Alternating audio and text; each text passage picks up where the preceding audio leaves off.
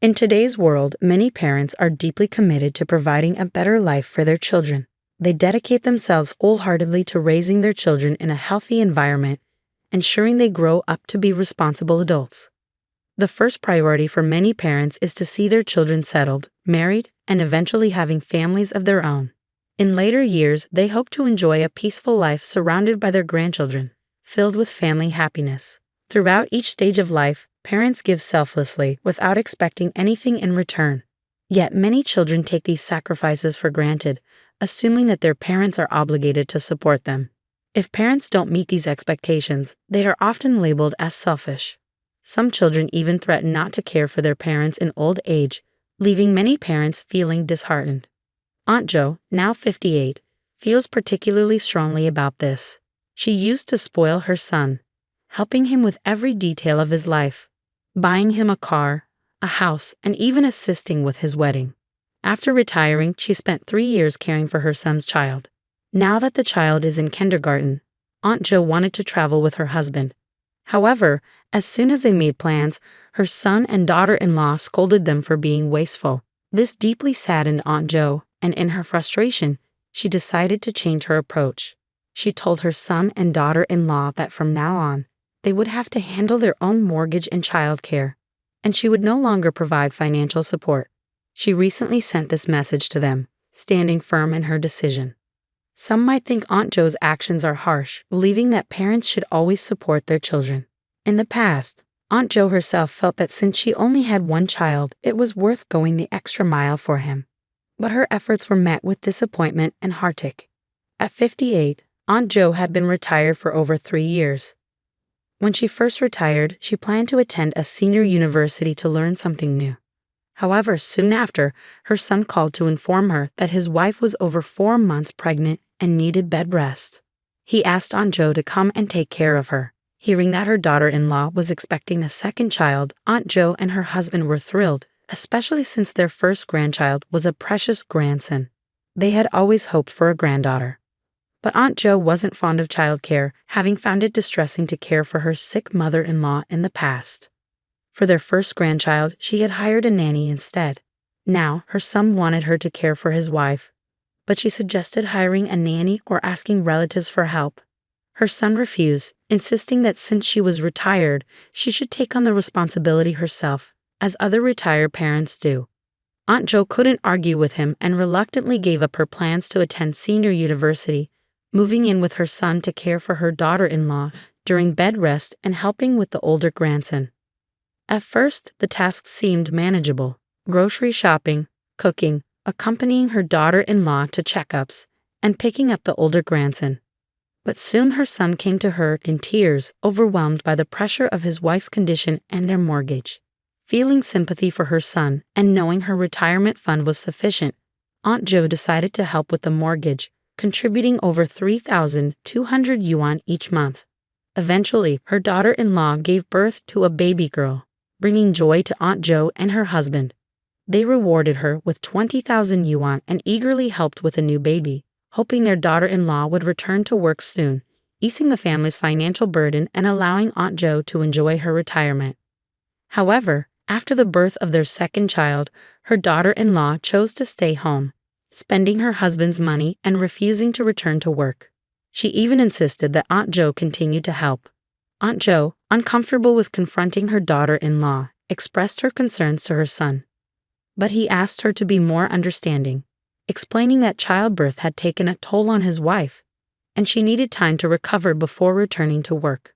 While Aunt Jo could understand the physical challenges of childbirth, she grew increasingly frustrated with her daughter-in-law's laziness.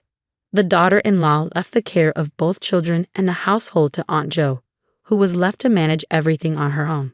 When a second granddaughter was just 4 months old, the daughter-in-law weaned her to maintain her figure, spending large sums on yoga and other activities to lose weight. This left Aunt Jo to care for both children, though the older grandson was at least self-sufficient enough to go to school and do his homework without causing trouble. However, the second granddaughter was very mischievous, keeping me busy all day without a moment's rest. But I knew caring for a newborn was always demanding, so I endured it. As my daughter-in-law regained her figure, she returned to being the beautiful woman she once was. Yet she showed no urgency to find work. Instead, she spent her days out with friends, either shopping or traveling. My son supported her, saying she deserved to relax after the difficult time she had with the second child. 2 years passed quickly, and soon the second granddaughter was old enough to start preschool. Still, my daughter-in-law did not return to work. By then, my son had been promoted, and his salary had increased significantly. With my help in paying the mortgage, the burden of raising 2 children wasn't heavy on him. So I decided it was time to let my daughter-in-law handle the children herself and return home. My decision to return home was also influenced by the fact that my husband had just retired. We had always planned to travel around the country together after retirement. Actually, we don't travel every day, it's about twice a month, with expenses controlled around 3,000 yuan per trip. My husband's retirement salary is higher than mine, at 5,000 yuan per month, and we also have considerable savings. So these trips were not extravagant for us and didn't affect our living standards. Initially, my son and daughter-in-law didn't know about our travel plans. After 2 months, when they noticed we had traveled 4 or 5 times, they became unhappy. My son called and said that since we had so much free time, we should help them with childcare. He also mentioned that his wife was becoming very haggard from taking care of 2 children. Hearing my son's emotional appeal, I was tempted to retort. After all, I had taken care of 2 children on my own without complaining. Now that the children were in school, why was he finding it so difficult? Moreover, did he expect us to come over and act as servants? I didn't express these grievances but gently told my son that during school vacations, we could have the children stay with us. I thought this arrangement would be acceptable to them, but my son continued to complain, making me feel embarrassed. So I discussed it with my husband, and we decided that instead of taking care of the children ourselves, we would pay for their daycare expenses each month. I also gave my son my retirement salary card, telling him that whatever money was in it could be used for their needs. They seemed quite satisfied with this arrangement and often expressed concern for our safety while traveling. However, during the Qingming festival, when my son's family came to visit and we briefly discussed our future travel plans, my daughter-in-law suddenly became displeased. She said that since we had 2 young grandchildren, we should limit our travels and save money to help raise the children.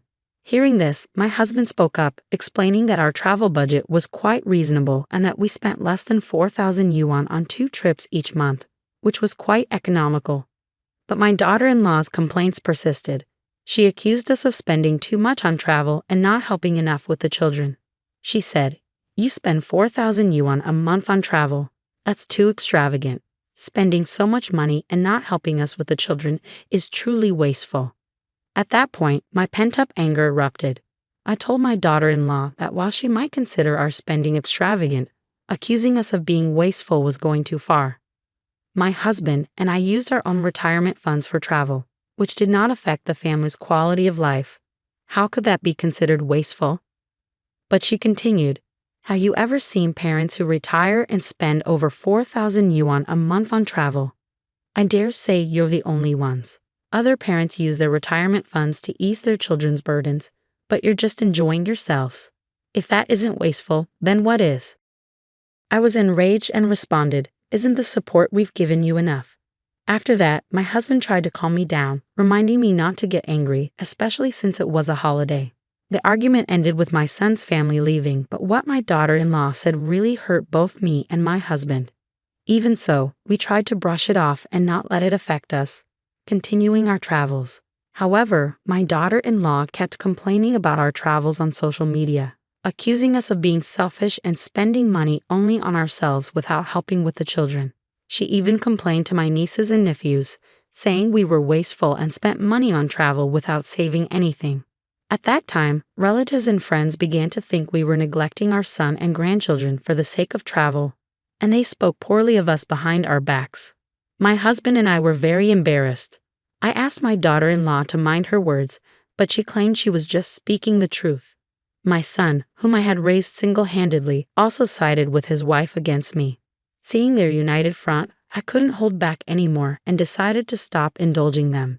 That night, I sent a message to my son, saying that from the next day onward, I would take care of my own finances and not give them another penny. No matter how my son and daughter-in-law reacted, I didn't answer their calls. The next day, I went to the bank and changed the password on my salary card. It's been over 20 days now, and I haven't contacted my son. My husband says I shouldn't be too extreme and wants me to compromise. But I believe that if I back down, they'll only continue to take advantage of us. Therefore, I won't compromise. This is Aunt Joe's story. Aunt Joe decided to cut off financial support to her son and daughter-in-law and insists on maintaining this stance until they apologize. Do you support Aunt Joe's actions? Thank you for watching, and see you next time.